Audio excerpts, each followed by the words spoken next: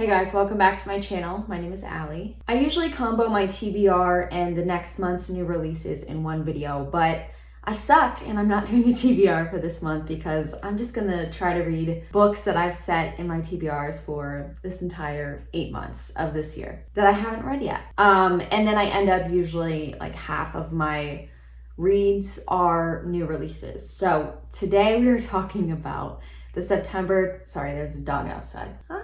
Today we're talking about the September 2022 new releases that I'm interested in. However, usually I go over these before I film this video so that I only have to talk about 16 maybe. This time I have 29 books here that at some point over the last few weeks or months I've wrote down, and I thought I'd go over them with you.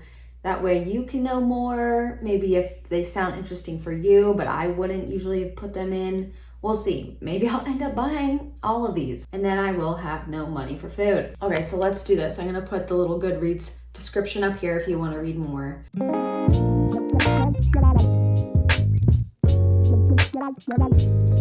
First we have Angelica, I hope it's not Angelica, that's my foster brother's baby mama and she's total bitch. That was such a Florida sentence, oh my God. Angelica Frankenstein makes her match. This is by Sally Thorne, who's the author of The Hating Game, which is why this is on my radar. So this sounds like it's gonna be some sort of retelling of Frankenstein, which I still haven't read. This is a historical rom-com that imagines Victor Frankenstein's sheltered younger sister and her attempts to create the perfect man. Okay, wait, so she's gonna be doing her own sort of shit. Okay, cool. For generations, every Frankenstein has found their true love and equal, unlocking lifetimes of blissful wedded adventure. Clever, pretty, and odd, she is not like other girls.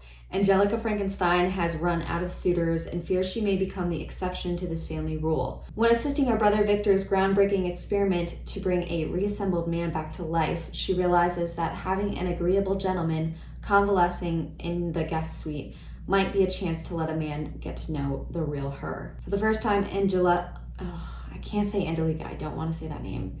Angelica embarks upon a project that is all her own.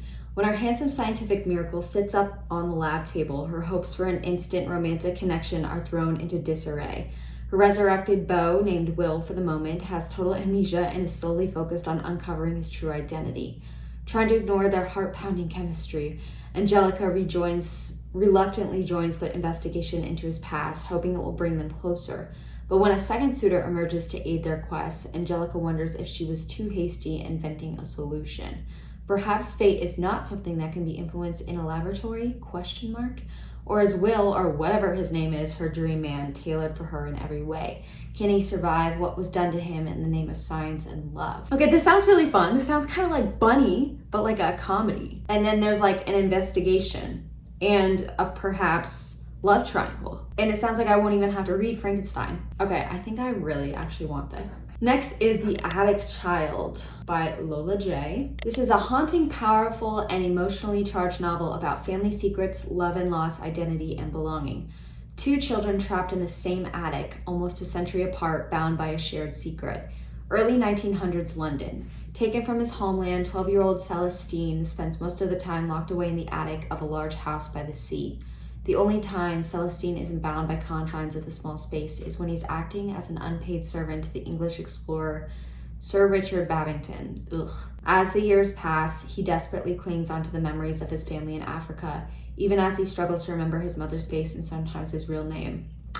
Cheery. 1974. Laura, a young orphan girl born into wealth and privilege whose fortunes have now changed, finds herself trapped in the same attic. Searching for a ray of light in the darkness of the attic, Laura finds under the floorboards an old-fashioned pen, a porcelain doll, a beaded necklace, and a message carved on the wall, written in an unidentifiable language. Providing comfort for when all hope is lost, these clues will lead her to uncover the secrets of the attic. I feel like I need to get this too, but it sounds so fucking depressing, but it's going to be really rewarding and very important. Then we have, this is one that I know I'm getting because first of all, look at this cover. But this is an anthology of folk horror. Also, my apologies for any stuttering I do during this video. I actually don't know any of these authors, but I'm excited to find out more about them. A cemetery full of the restless dead, a town so wicked it is already burned twice with the breath of the third fire looming. A rural, isolated bridge with a terrifying monster waiting for the completion of its summoning ritual.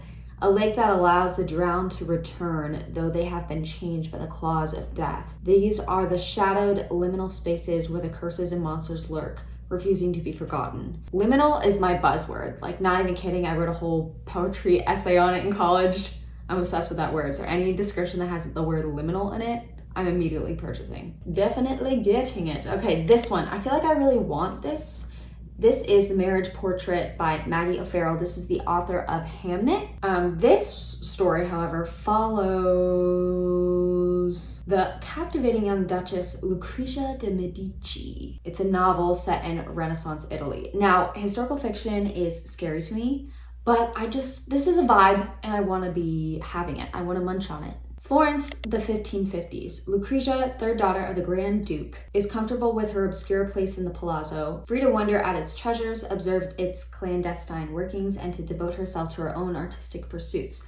But when her older sister dies on the eve of her wedding to the ruler of Ferrara, Moderna and Reggio, Lucrezia, there are too many names already in this, my god. Lucrezia is thrust unwittingly into the limelight. The Duke is quick to request her hand in marriage, and her father just as quick to accept on her behalf. Disgusting. Having barely left girlhood behind, Lucrezia must now make her way in a troubled court whose customs are opaque, and where her arrival is not universally welcomed. Perhaps most mystifying of all is her new husband himself, Alfonso. Is he the playful sophisticate he appears to be before their wedding? The aesthete happiest... What? The aesthete happiest in the company of artists and musicians, or the ruthless politician before whom even his formidable sisters seem to tremble. As Lucrezia sits in constricting finery for a painting intended to preserve her image for centuries to come, one thing becomes worryingly clear. In the court's eyes, she has one duty: to provide the heir who will shore up the future of the foreign... Okay. I'm sorry. Yeah, this one might just be like on the back burner because I'm interested, because I love a story of a young woman being forced to grow up more quickly than she should, and how she deals with that and how she grows into who she is. So I definitely see what I could get out of this and what I want out of it. Plus this Hamnet was like really well received. So I might force myself to read this and find it amazing. I guess that's what we all ask for when we start a book.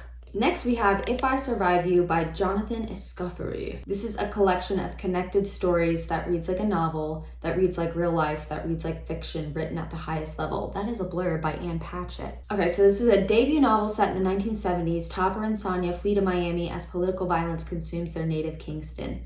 But America, as the couple and their 2 children learn, is far from the promised land. Excluded from society as Black immigrants, the family pushes on through Hurricane Andrew, and later the 2008 recession, living in a house so cursed that the pet fish launches itself out of its own tank rather than stay. Oh my god. But even as things fall apart, the family remains motivated, often to its own detriment, by what their younger son, Trelawney, calls the exquisite racking compulsion to survive. Okay, this is already going to be beautifully written, I can tell. Masterfully constructed with heart and humor, the linked stories... Oh yeah, it's stories. Okay, I'm getting this one. Again, I'm trying to force myself to read more depressing shit because those are the stories that really like create a stamp on my little heart. And for the past few years, I've like avoided feeling any sort of strong emotion in my reading.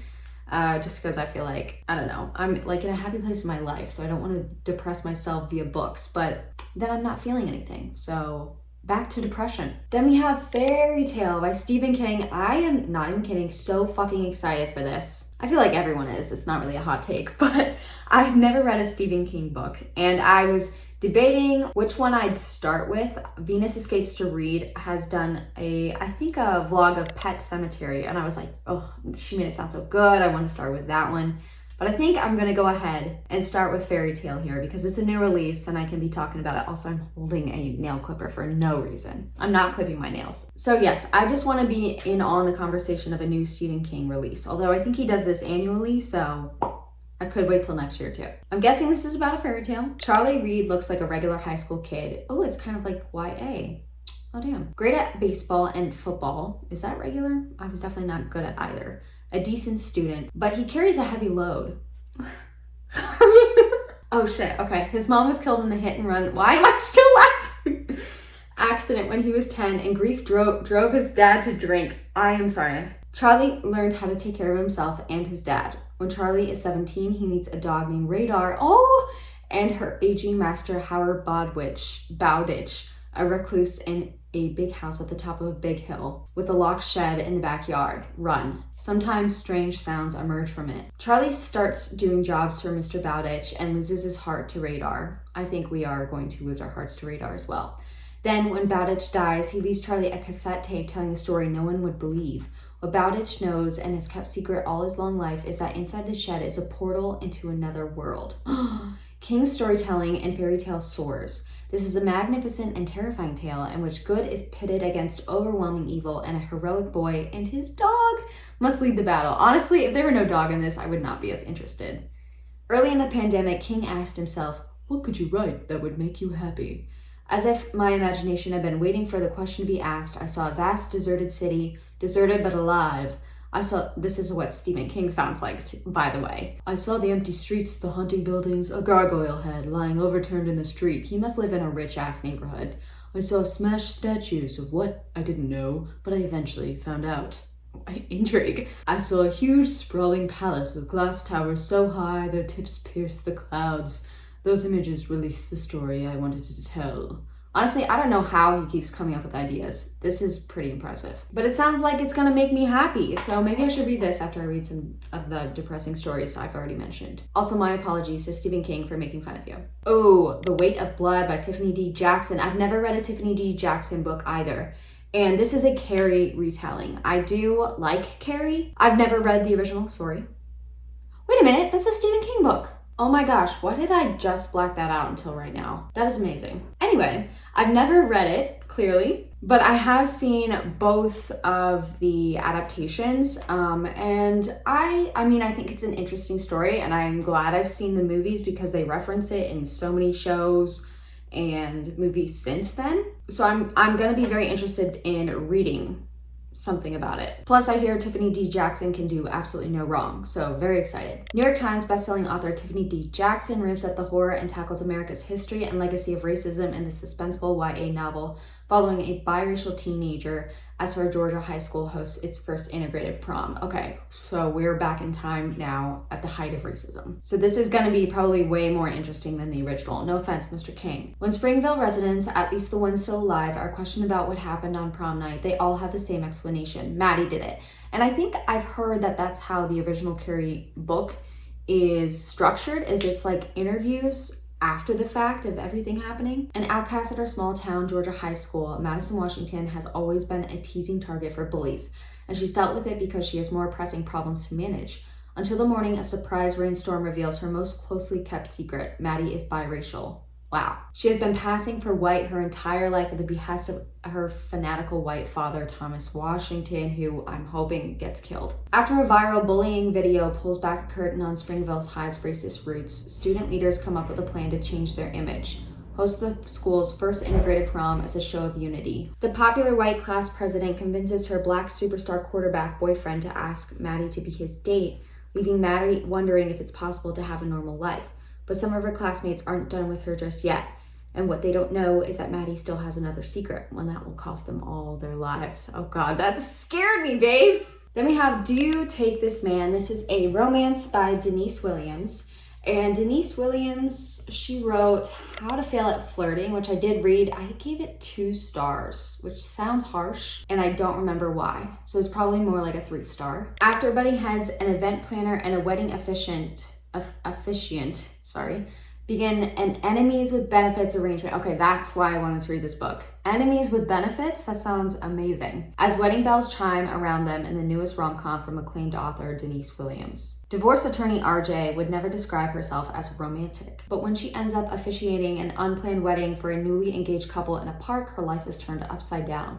The video of the ceremony goes viral, and she finds herself in the unlikely position of being a sought-after local wedding officiant. Spending her free time overseeing I-dos isn't her most strategic career move, but she enjoys it, except for the type A do-bro wedding planner she's forced to work with. Former pro football event manager, okay. I hate it when romances get very specific about the jobs that the main love interests have. Like there's a former job that they have and now they are doing this. It's like, you know what? I just want you to fall in love. I don't care what you do. I'm just really interested in the enemies with benefits, like to lovers. That sounds weirdly, I don't really like enemies to lovers, but enemies with benefits to lovers is somehow like sparking all of my brain cells, which clearly are leaving me. Okay, now we have The Epic Story of Every Living Thing by Deb Coletti, and I haven't read the synopsis.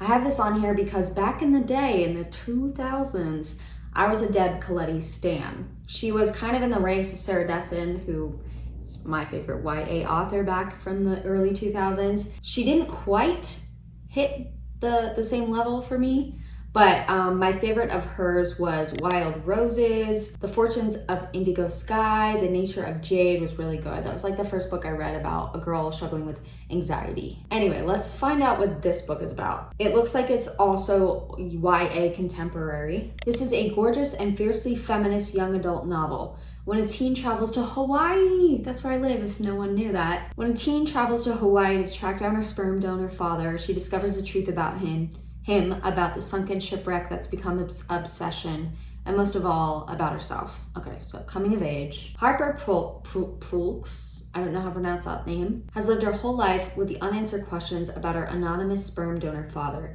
She's convinced that without knowing him, she can't know herself.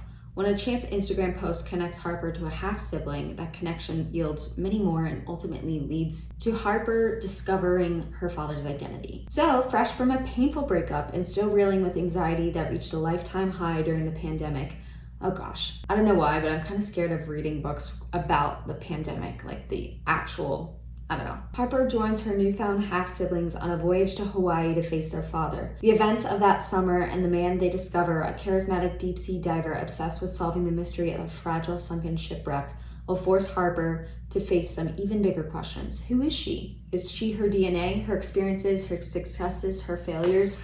Is she the thing she loves or the thing she hates? Okay, now I'm not too sure I care too much just because, I mean, I kind of have a similar story. My dad wasn't a sperm donor, but he left when I was really little. My brother found him on Facebook and turns out he was a dipshit. But that aside, I just think this is a lesson that I don't need to read about because I've learned it. Don't trust men. Oh gosh, maybe I need to read this because he's gonna be like a really nice guy. My cheeks are red with sharing too much, so I'm gonna move on. Thistlefoot by Gemma Rose Nethercott. I'm getting this just because of this cover. The Yaga siblings, Valentine, a young woodworker, and Isaac, a wayfaring street performer and con artist, have been estranged since childhood, separated both by resentment and by wide miles of American highway. But when they learn that they are to receive a mysterious inheritance, the siblings are reunited, only to discover that their bequest isn't land or money, but something far stranger, a sentient house on chicken legs. What?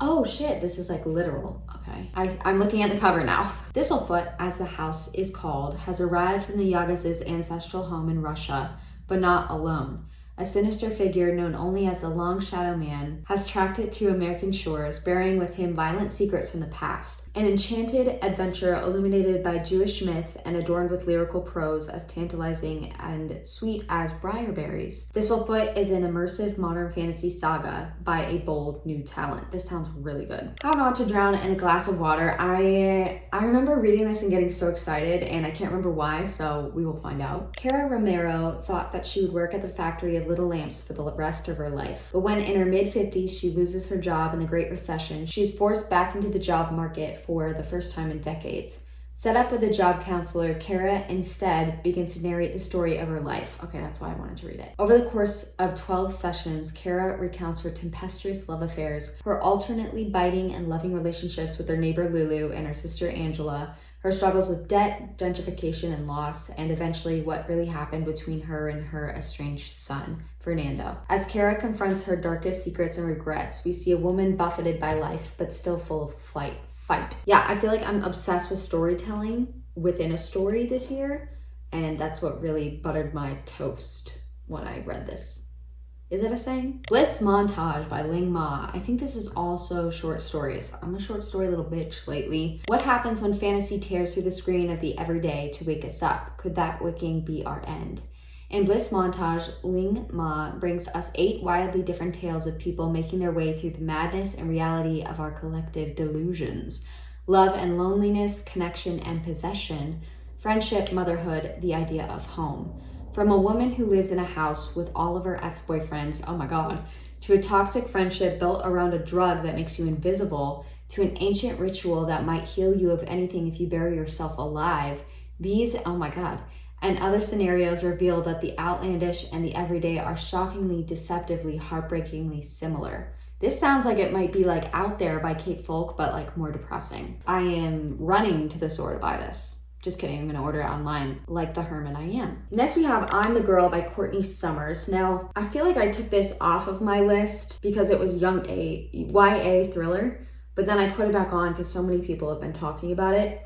So let's read about what it's about. When 16-year-old Georgia Avis discovers the dead body of a 13-year-old Ashley James, she teams up with Ashley's older sister Nora to find and bring the killer to justice before he strikes again. But their investigation throws Georgia into a world of unimaginable privilege and wealth, without conscience or consequence. And as Ashley's killer closes in, Georgia will discover when money, power, and beauty rule, it might not be a matter of who is guilty, but who is guiltiest. That sounds pretty interesting because I like it when people kind of change the balances of values and ethics, morals. I don't know the difference of any of that because I'm a stupid little bitch. What? Then we have All That's Left Unsaid by Tracy Lean. Another maybe depressing story, but it's also a mystery. So let's see. Just let him go.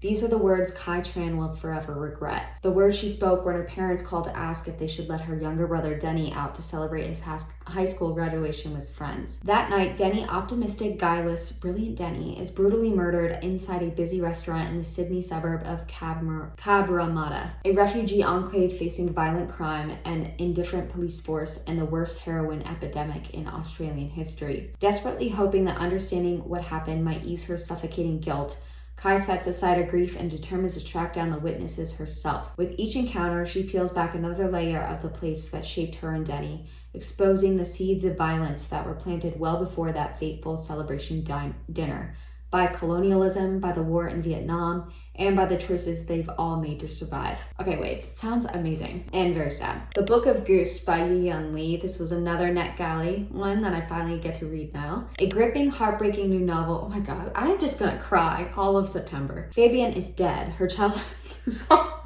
Sorry.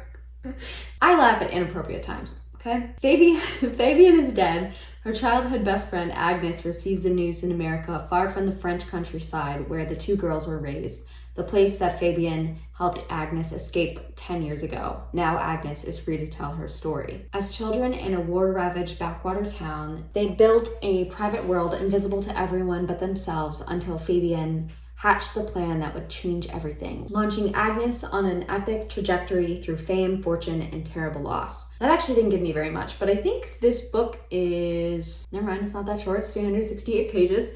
But I just want to get it, okay? I'm going to take a wild guess and say that I'm going to give this 5 stars. Why am I saying that? Literally, I was bored reading the synopsis. I'm not sure why. Oh, Ghost Eaters by Clay McLeod Chapman. I read this, I think yesterday, the synopsis, and I was like, maybe this is too scary for me. Ever since their on-again, off-again college romance, Erin hasn't been able to set a single boundary with charismatic but reckless Silas, who's been chasing the next big high since graduation.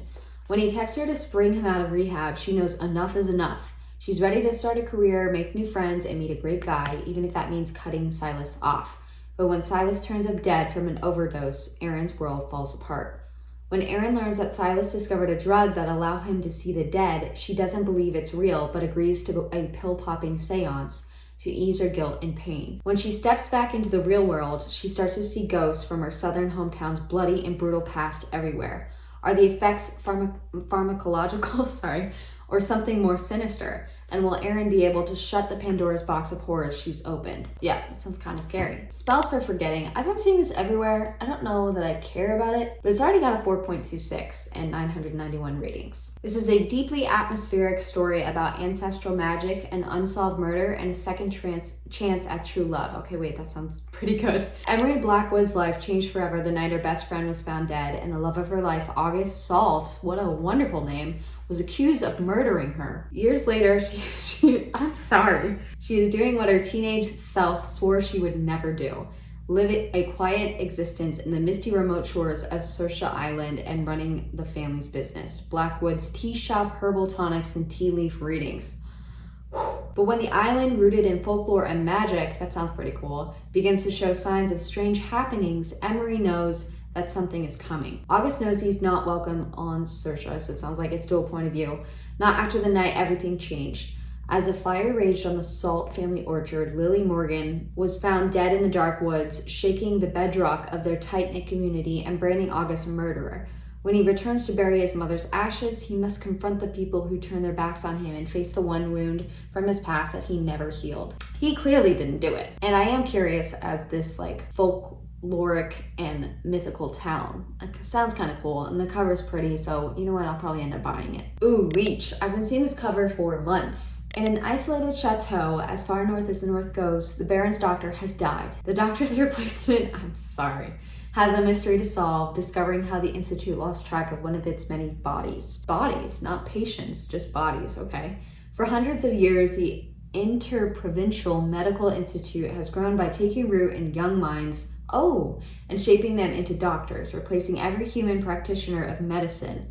The Institute is here to help humanity, to cure and to cut, to cradle and protect the species from the apocalyptic horrors their ancestors unleashed. In the frozen north, the Institute's body will discover a competitor for its rung at the top of the evolutionary ladder. A parasite is spreading through the Baron's castle, already a dark pit of secrets, lies, violence, and fear. The two will make war on the battlefield of the body. Whichever wins, humanity will lose again. I feel like I'm either gonna love this or hate it. I can't really tell. Then we have Best of Friends. I don't remember what this is about, by Kamala Shamsi. Zara and Miriam have been best friends since childhood in Karachi, even though, or maybe because, they are unlike in nearly every way. Yet they never speak of the differences in their backgrounds or their values, not even after the fateful night when a moment of adolescent impulse upends their plans for the future. 3 decades later, Zara and Miriam have grown into powerful women who have each cut a distinctive path through London. But when 2 troubling figures from the past resurface, they must finally confront the bedrock differences. Sorry, bedrock is like a word that always makes me giggle. And find out whether their friendship can survive. I love stories about best friends, and this sounds kind of messy, so we shall see. Then we have The Furrows by Namwali Serpell. I don't want to tell you what happened, I want to tell you how it felt. Ooh. Cassandra Williams is 12, her little brother Wayne is 7. One day when they're alone together, there's an accident and Wayne is lost forever. His body is never recovered. The missing boy cleaves the family with doubt. Their father leaves, starts another family elsewhere. But their mother can't give up hope and launches an organization dedicated to missing children. As C grows older, she sees her brother everywhere, in bistros, airplane aisles, subway cars. Here is her brother's face, the light in his eyes, the way he seems to recognize her too. But it can't be, of course, or can it? Then one day, in another accident, C meets a man both mysterious and familiar, a man who is also searching for someone and for his own place in the world. His name is Wayne. The Furrows is a bold exploration of memory and mourning that twists unexpectedly into a story of mistaken identity. Wait, did they just tell us the twist? I think I just gave away the ending of the book. It was a mistaken identity. I still want to read it. Mother Thing. I just saw this cover and I was like, this looks like a fun ass time. A darkly funny domestic horror novel about a woman who must take drastic measures to save her husband and herself from the vengeful ghost of her mother-in-law. Oh God. When Ralph and Abby Lamb move in with Ralph's mother, Laura, Abby hopes it's just what she and her mother-in-law need to finally connect. After a traumatic childhood, Abby is desperate for a mother figure, especially now that she and Ralph are trying to become parents themselves. Abby just has so much love to give, to Ralph, to Laura, and to Mrs. Bondi, her favorite resident at the long-term care home where she works. But Laura isn't interested in bonding with her daughter-in-law. She's venomous and cruel, especially to Abby, and life with her is hellish. Oh God. When Laura takes her own life, oh shit, her ghost haunts Abby and Ralph in very different ways. Ralph is plunged into depression, and Abby is terrorized by a force intent on destroying everything she loves. Jesus. With everything on the line, Abby comes up with a chilling plan that will allow her to keep Mrs. Bondi, rescue Ralph from his tortured mind, and break Laura's hold on the family for good. All it requires is a little ingenuity, a lot of determination, and a unique recipe for a chicken a la king.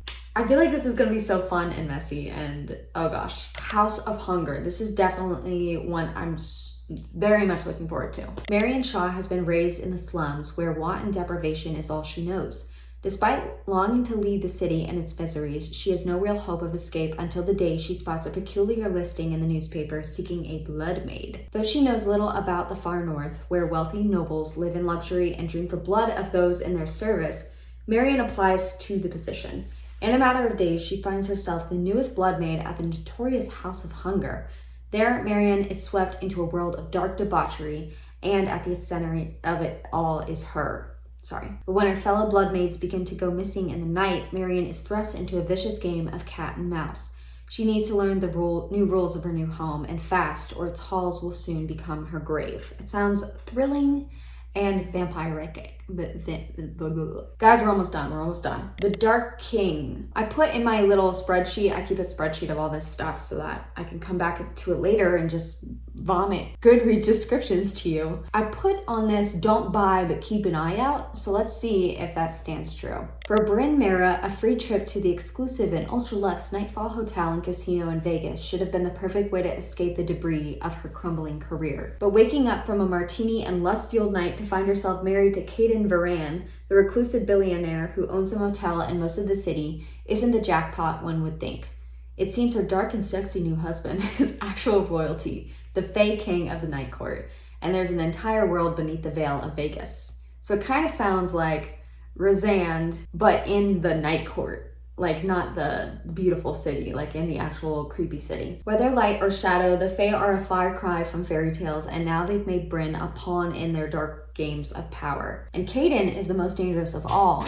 An intoxicating cocktail of sin and raw, insatiable hunger. She should run. But every night of passion pulls Bryn deeper into a strange and sinister world, until she's no longer certain she wants to leave, even if she could. This is book 1 in a series, but you can read it as a standalone, like every single one. So it sounds like it might be obviously fantasy romance, but maybe a little erotica. It kind of is giving like Neon Gods vibes with the cover. So I don't know, maybe I'll read it. It kind of sounds very intriguing, but I've never heard of this author, so I'm scared it's going to be really cringe. Foul Lady Fortune. This is the first book in Chloe Gong's new series. Chloe Gong wrote, These Violent Delights, the one about, I think it's set in China, and there's a Romeo and Juliet retelling, and there's like monsters. I DNF'd that book, but not because it was boring. And it's a book that I might come back to. Like, I was intrigued enough to remember the plot, so that's saying something. This is the first book in a captivating new duology following an ill-matched pair of spies posing as a married couple to investigate a series of brutal murders in 1930s Shanghai. 4 years ago, Rosalind Lang was brought back from the brink of death. I'm wondering if that is a character from the other series, because isn't that like a Romeo and Juliet? Rosalind, isn't that like a character? Anyway, the strange experiment that saved her also stopped her from sleeping and aging and allows her to heal from any wound. In short, Rosalind cannot die. Now, desperate for redemption from her traitorous past, she uses her abilities as an assassin for her country. To reduce suspicion, however, she must pose as the wife of another nationalist spy, Orion Hong. And though Rosalind finds Orion's cavalier attitude and playboy demeanor infuriating, she is willing to work with him for the greater good. But Orion has an agenda on his own, and Rosalind has secrets that she wants to be kept buried. See, that sounds really like well constructed, but I just want to read a romance novel about two spies pretending to be married. I just want to watch Mr. and Mrs. Smith, but like put them in Shanghai. Oh, then we have Reese Bread by Ian Reid. Is that how you pronounce her name? This is from the author of I'm Thinking of Ending Things, which I still have never read or watched the Netflix adaptation, but it's on my list of like 5-star predictions. Penny, an artist, has lived in the same apartment for decades, surrounded by artifacts and keepsakes of her long life. She's resigned to the mundane rituals of old age until things start to slip. Before her longtime partner passed away years earlier, provisions were made, unbeknownst to her, for a room in a unique long care residence where Penny finds herself after one too many incidents. Initially surrounded by peers, conversing, eating, sleeping, looking out at the beautiful woods that surround the house, all is well. She even begins to paint again. But as the day starts to blur together, Penny, with a growing sense of unrest and distrust, starts to lose her grip on the passage of time and on her place in the world. Is she succumbing to the subtlety, destructive effects of aging? Or is she an unknowing participant in something more unsettling? Okay, wait, this sounds amazing. I love books where it's like, wait, is this person losing it or is this shit actually happening? Okay, now we have our last one, which I'm not too sure about. This is Where We End and Begin by Jane Igaro. This is a second chance romance. Dunny hasn't seen her high school boyfriend Obinna since she left Nigeria to attend college in America. Before their devastating separation, they vowed to find their way back to each other one day. 12 years later, and their vow is a thing of the past. Dunny works as a geneticist in Seattle and is engaged to a man she doesn't love but one her parents approve of. Her future is laid out for her and everything is going according to plan until she returns to Nigeria for a friend's wedding and runs into Obinna. The shy and awkward boy she loved as a teenager is now a sophisticated, confident man. Things have changed, but there's still an undeniable connection between them. As they rediscover each other, their days filled with desire and passion, Denny is reminded of the beautiful future she'd once planned with Obinna. But when devastating secrets are revealed and the reckless actions of their past brings new challenges, she's left questioning everything, including the love that consumed her as a teenager and if it's still worth holding on to. I feel like this could either be very good or very just kind of basic, but actually I'm super intrigued after reading that synopsis, so I'll probably end up getting it. So what have we learned in this video? First of all, that it is incredibly boring, I'm sure, to listen to me read something that you can read yourself. But we also learned that I'm probably gonna end up buying all these books and going completely broke. So I hope you enjoyed. Before this goes on 1 minute longer, goodbye. Thank you for watching. Let me know if you are planning on reading any of these books, which ones you would be most interested in. Maybe some I've forgotten to put on here. And I hope you have a wonderful day.